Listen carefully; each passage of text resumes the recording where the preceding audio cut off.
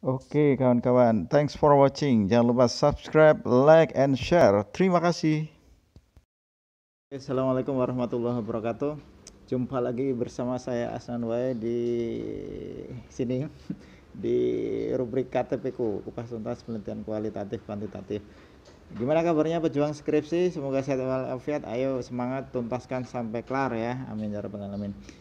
Pada kesempatan kali ini kita akan sharing sedikit kawan-kawan tentang bagaimana langkah-langkah melakukan penelitian kualitatif ya. Jadi teman-teman tidak usah bingung, kualitatif kuantitatif itu apa namanya, ini masuk jenis atau pendekatan atau metode gitu ya, terserah teman-teman ya. Bisa jadi pendekatan karena sudut pandangnya beda, bisa jadi metode karena caranya mengambil data-data itu gitu ya.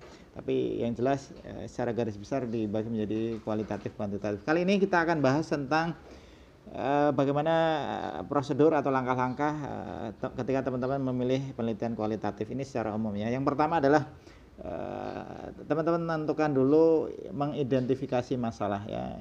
Jadi balik lagi, semua itu harus bermula dari suatu masalah ya. Topik dulu, kemudian dipersingkat lagi jadi masalah. Apa sih masalahnya? Apa sih yang perlu diselesaikan? Dicari solusinya. Kemudian dari situ kita justifikasi masalah ya. Berdasarkan apa? Berdasarkan bukti-bukti dari temuan kita di lapangan. Ya, tentu ya kualitatif ini kita harus terjun langsung, bukan terjun payung ya. Terjun ke lapangan, kita mengumpulkan bukti-bukti di situ. Kemudian bukti-bukti juga bisa juga dari kajian literatur ya, tetapi meskipun itu tidak signifikan, juga dari pengalaman kita sehari-hari. Rekan kerja bisa, dari orang lain bisa, berdasarkan obrolan bisa ya. Kemudian dari situ kita kerucutkan lagi apa sih yang kurang gitu ya. Kemudian dari situ kita kerucutkan lagi, identifikasi lagi kira-kira ini nanti apa sih produk ininya, outputnya bisa membantu peneliti lain nggak gitu ya, untuk mengembangkan lagi gitu ya. Pertama identifikasi, kemudian habis itu tinjauan pustaka ya, studi literatur. Di sini tentu beda sama kuantitatif. Kalau kuantitatif jelas ya, teori landasan itu sebagai landasan, sebagai pijakan. Ya, artinya misalnya kita mau ini punya hubungan, ini punya pengaruh. Nah, itu harus ada teorinya kita pakai untuk itu ya, untuk menegaskan itu. Jadi kalau di kuantitatif seperti itu. Cuma kalau di kualitatif literasi tinjauan pustaka atau literatur itu tadi adalah sebagai ini loh, misalnya gini.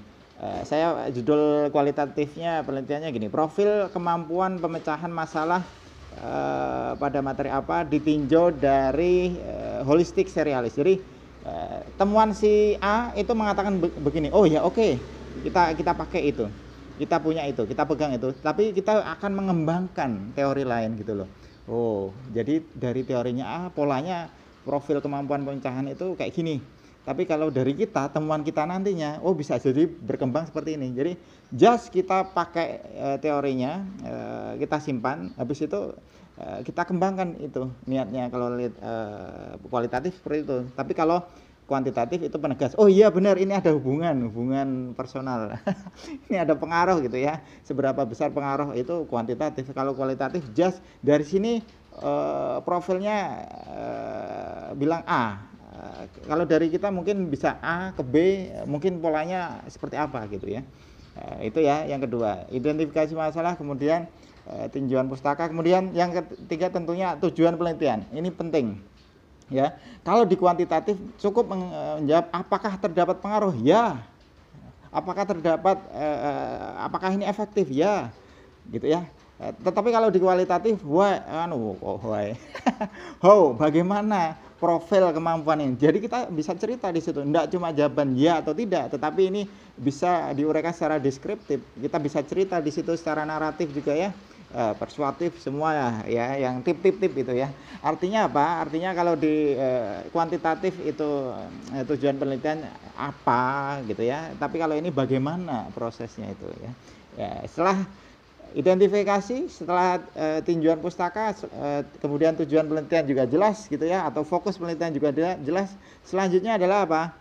Pengumpulan data ya. Pengumpulan data bisa banyak banget, bisa observasi tentunya utama, pengamatan gitu ya, gitu.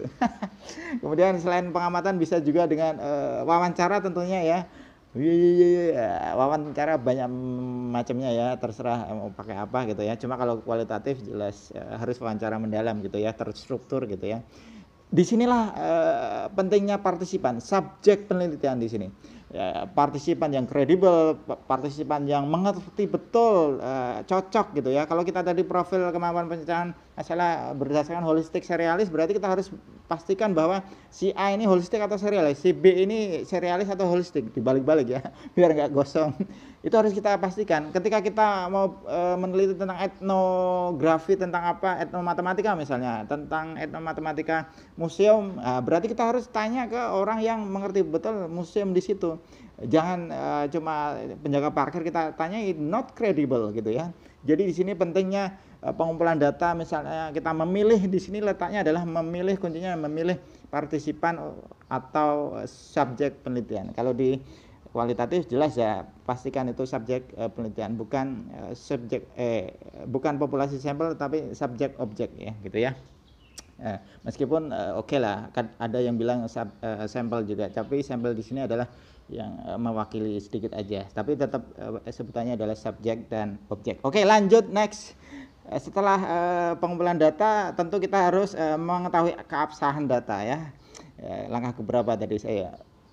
Oke, yang pertama identifikasi, kemudian tinjauan pustaka, tujuan, kemudian yang keempat itu pengumpulan, yang kelima adalah keabsahan. Kita harus yakin bahwa yang kita lakukan, kita ambil datanya itu valid gitu ya. Caranya dengan salah satunya dengan triangulasi ya. Triangulasi banyak jenisnya, ada triangulasi sumber, triangulasi waktu, triangulasi metode atau teknik ya, bisa dipakai. Artinya ketika kita wawancara ke ahli museum tadi, ya kita ganti ke ahli museum ya. Ahli museum tentu ada minimal 2 orang ya kalau kita pakai triangulasi sumber. Dari 2 orang itu dengan pertanyaan yang sama, jawabannya sama nggak? Kalau sama berarti kita ini ya, kita bungkus gitu ya. Kalau nggak sama berarti kita harus punya second, third. Ada 3, bagusnya tuh ganjil, jadi 21 gitu ya kalau misal beda gitu ya. Itu triangulasi untuk mengecek, memastikan bahwa data yang kita peroleh itu adalah valid gitu ya. Kalau di kuantitatif jelas pakai uji validitas gitu ya instrumennya. Selanjutnya setelah absah, setelah valid, maka kita harus apa? Kita analisis datanya ya dengan Mills dan Huberman ya, mulai dari kita kelompokkan, klasifikasi, kemudian kita reduksi mana yang penting, mana yang enggak, kita buang. Kemudian kita display, kita kalau di kuantitatif itu bisa pakai persentase, batang-batang apa itu ya, diagram, histogram gitu ya. Tapi kalau ini kita bisa displaykan dengan naratif, dengan kata-kata yang tentunya kata-katanya yang tidak membosankan gitu ya. Kemudian terakhir verifikasi, konklusi. Itu salah satu yang bisa dipakai dari Mills dan Huberman. Kemudian setelah analisis data maka ada penafsiran ya, dan juga penafsiran adalah hasil. Oh, profilnya ternyata beda sama teorinya tadi. Kita punya teori baru. Itulah kualitatif. Mantap. Semoga bermanfaat. Jangan lupa nanti kita sharing-sharing lagi. Jaga kondisi. Jaga kesehatan. Assalamualaikum warahmatullahi wabarakatuh. Ciao.